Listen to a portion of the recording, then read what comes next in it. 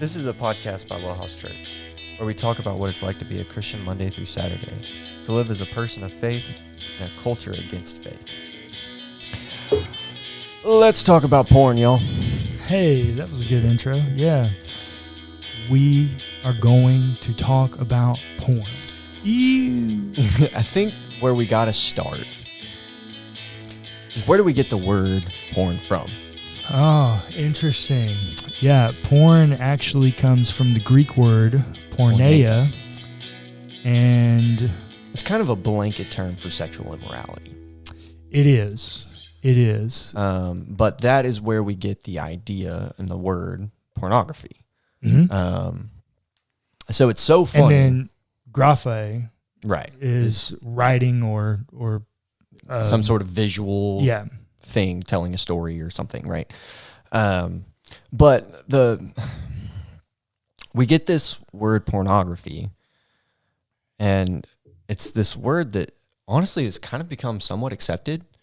Not somewhat. There are a lot of circles that fully embrace porn and the idea of porn. Right. But it comes from this place, and we use this word pretty widely, but it comes from this place of like it's a bad thing. Yeah, the word itself literally means immoral. Yeah, immoral. So it's so funny to me from a sociological perspective how from the ancient world, this word meant sex things that are bad. Yeah. Right. Yeah. Sex things that are bad. That's a really literal and rudimentary translation of the word, but I like it. Yeah. The sex things that are bad. Yeah. So to now pornography,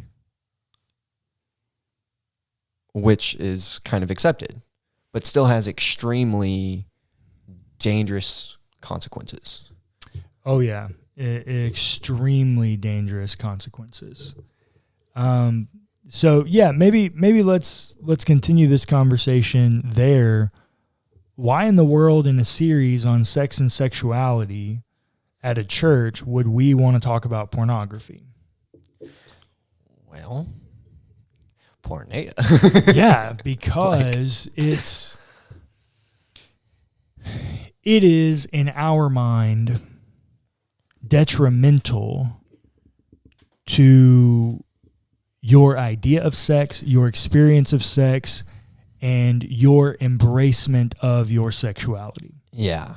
In that same vein, the other day, I was scrolling through Instagram, and someone that I follow, like one of the, it wasn't a church, it was some sort of like Christian organization that I follow. Okay.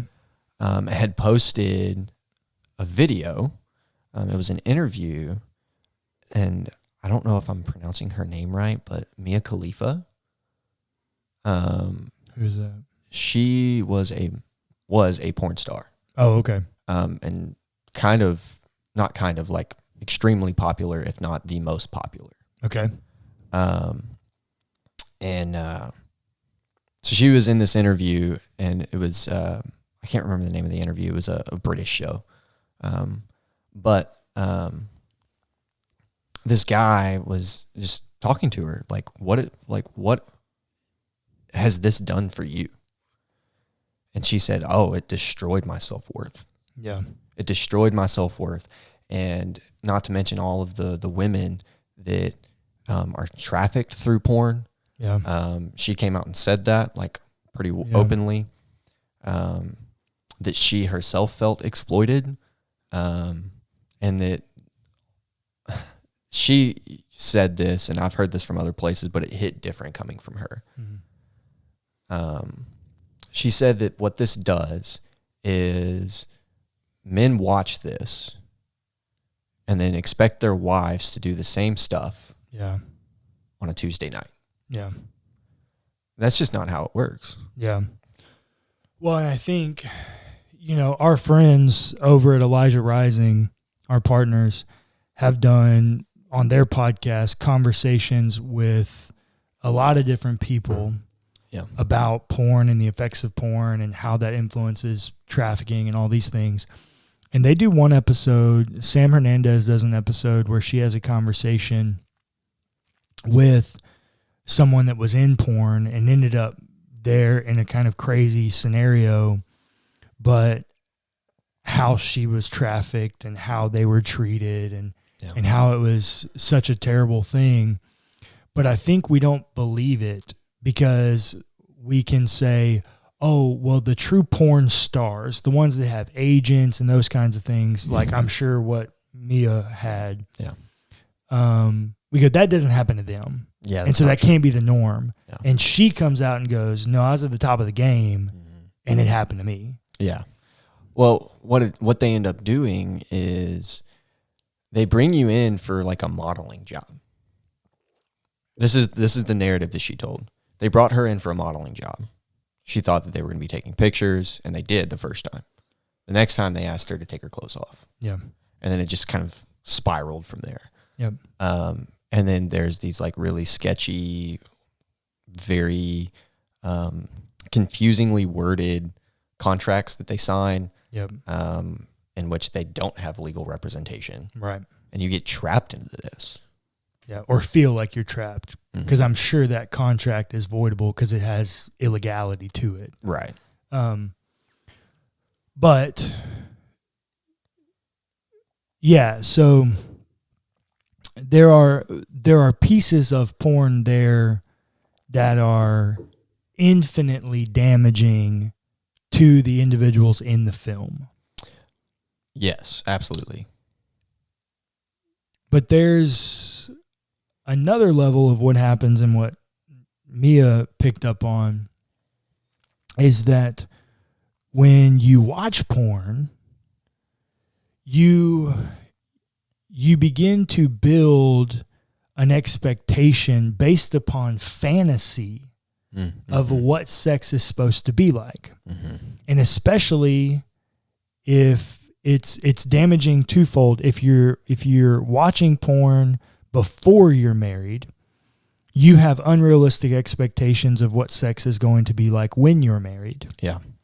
If you're watching it while you're married, you are building unrealistic expectations that your spouse cannot live up to. Yeah. I was watching a Instagram post the other day from a sex therapist, and she said she did a 3-part series on the effects of porn. And one of the things that she said, she's talking about the fantasy and the building unrealistic expectations element. And she said that when you watch porn, it gives you the idea that men are supposed to be able to last super long in bed. Oh, wow. And she goes, and that you don't need lubricant. What she actually says is that's just not true for most people. That most people need a lubricant, and there's nothing wrong with you if you do. It makes it feel better. And number two, that the average couple, a healthy couple,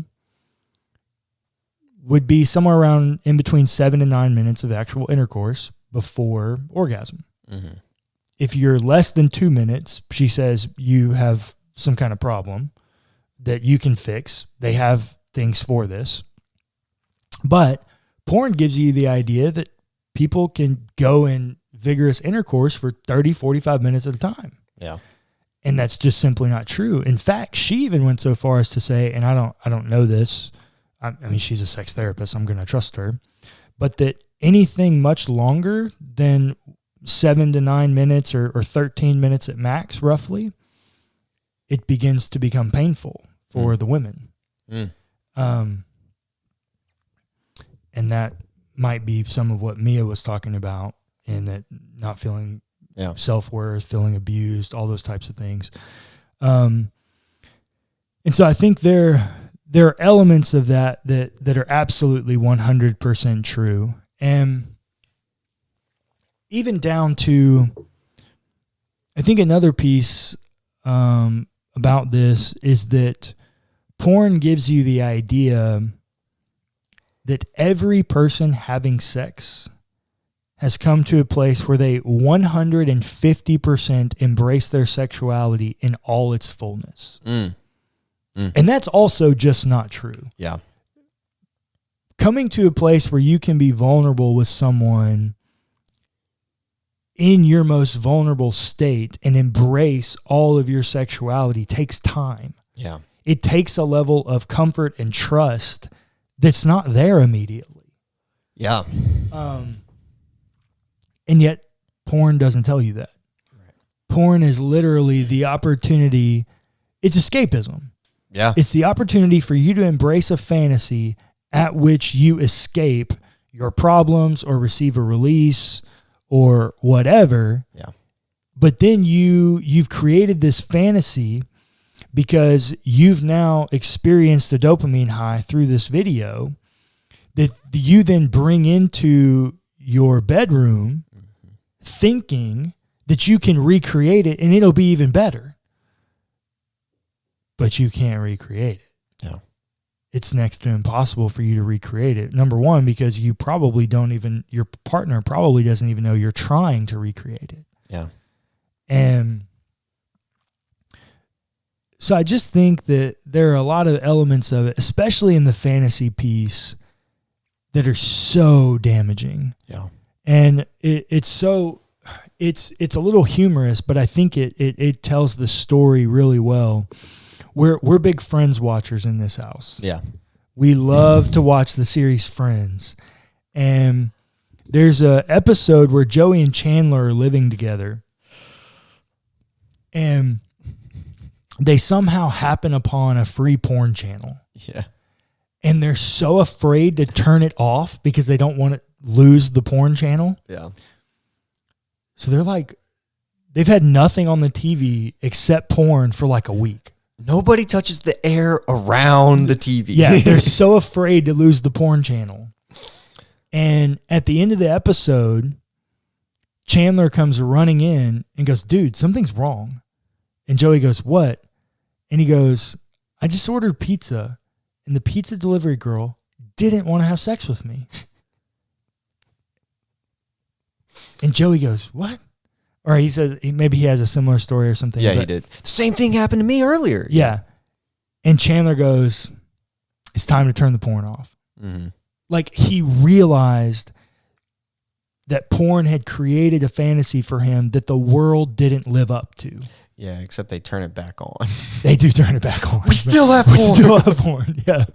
They do turn it back on. But even just in that moment, he realized that porn had created a fantasy that he can't live up to, that the world doesn't live up to.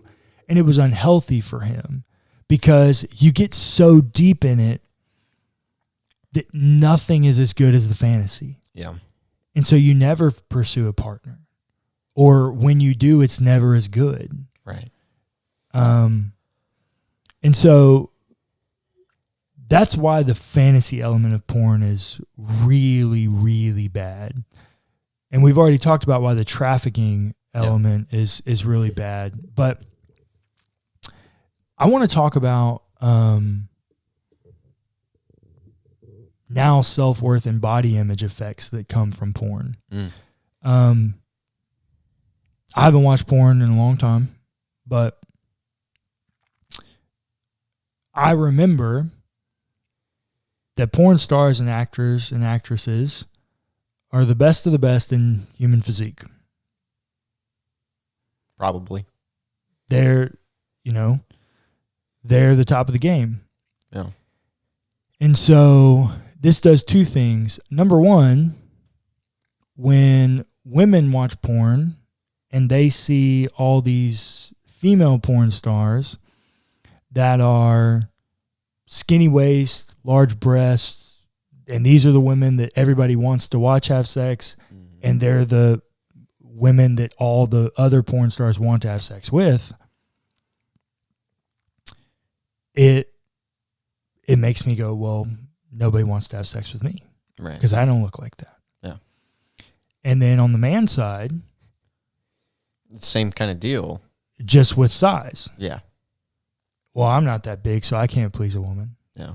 Right? It creates for us, that's the other thing the sex therapist talked about was size for men. That that porn gives us a false idea that everybody else has to have a horse long. has penises that are so much bigger than mine, and so I'll never be able to make a woman happy. No. When the reality is, statistically, it's just not true. Yeah. They get people with very large members in order to do the male side of porn because they have very large members. Well, and there's also other things that go into that too, like, there's lots of times there is supplements and medication taken there. Yeah. To enlarge that area. Or surgeries. Surgeries. Yep. There are lots of other things happening there to make that happen. Yeah. Even on the female side too, right? Yeah. And so it does create this false idea that you have to look a certain way. And then you do start feeling a level of shame because you don't look that way. Oh yeah, absolutely. You start feeling this idea that like, you start body shaming yourself. That's exactly what you do. Or you start trying to pursue ways to quote unquote fix the problem that you've identified. Yeah. It's a problem, destroys your own self-confidence. Yep. Which also will play into a level of you not being happy in your relationship. Yep. Because guys, let's be honest here. Women like confidence. Right? Yep. Guys like confidence. Yeah. And so like if you're not confident in yourself, you do have a hard time being happy in a relationship. Yeah. Gotta love yourself first before you can love someone else. Yeah, absolutely. And porn just destroys that. Oh yeah, it just obliterates the idea that your self-image can ever be loved. Yeah. Because you don't look like these other people. The last thing that I want to talk about of the effects of porn is the desensitization. I was watching on Instagram a woman on the Instagram Reels. Yes, I'm an old person. I don't have TikTok. I don't have TikTok either. Oh, well, everybody says that only people over like 35 just do the Instagram Reels thing because they don't know how to use TikTok. I mean, I know how to use TikTok. I just don't like TikTok. Yeah, I never got one. I struggle to keep up with my Instagram, much less another social platform. My Facebook already suffers. I spend so much time on Instagram for WellHouse stuff that I don't want to be on Instagram. Yeah. But anyway, so I was watching this, and she begins to talk about the effects of porn in her relationship because she began to watch porn with her significant other. It wasn't until it was too late in her mind that they realized that porn was the thing that broke them up because the fantasy elements, the body image issues that we've just talked about, but also the desensitization. She was with a man and she began to fantasize about being with a woman. Which she'd never done before porn. But porn, once again, creates this fantasy that it's easy to get to a place where you see this kind of rough experience of sex from men with women and this kind of tender, loving experience of sensuality with other women. You know, female-female kind of relationships.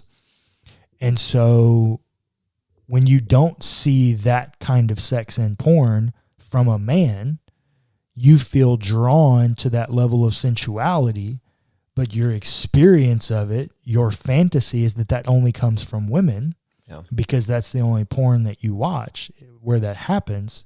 So you begin to fantasize about being with a woman. Yeah, I will say that, like, I don't think that is true in all porn, but I do think that the overwhelming majority is about men having power over the women.